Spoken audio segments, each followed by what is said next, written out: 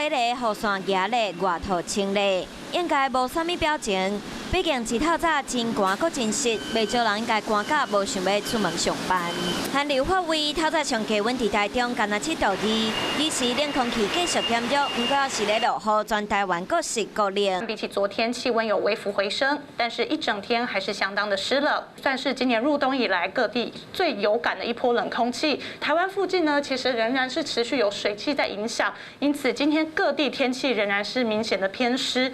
风也是直直咧吹，雨也是直直咧落。气象局一透早针对嘉南、宜兰、上北发布大雨特报，15个县市发布低温特报，拢是感觉是天雨真寒。所落来拜2、拜3气温会略较回，不过也是真寒。拜4阁有冷空气要来。到了礼拜4，冷气团的影响。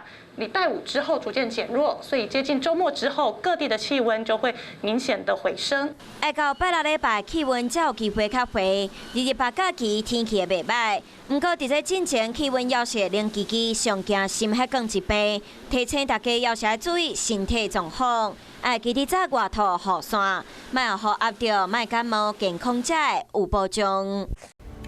我是陈雅玲，想要跟我一起从零掌握天下事吗？赶紧按下华视新闻 YouTube 频道的订阅按钮，开启小铃铛，跟我一起探讨公共议题，给您最专业的华视新闻。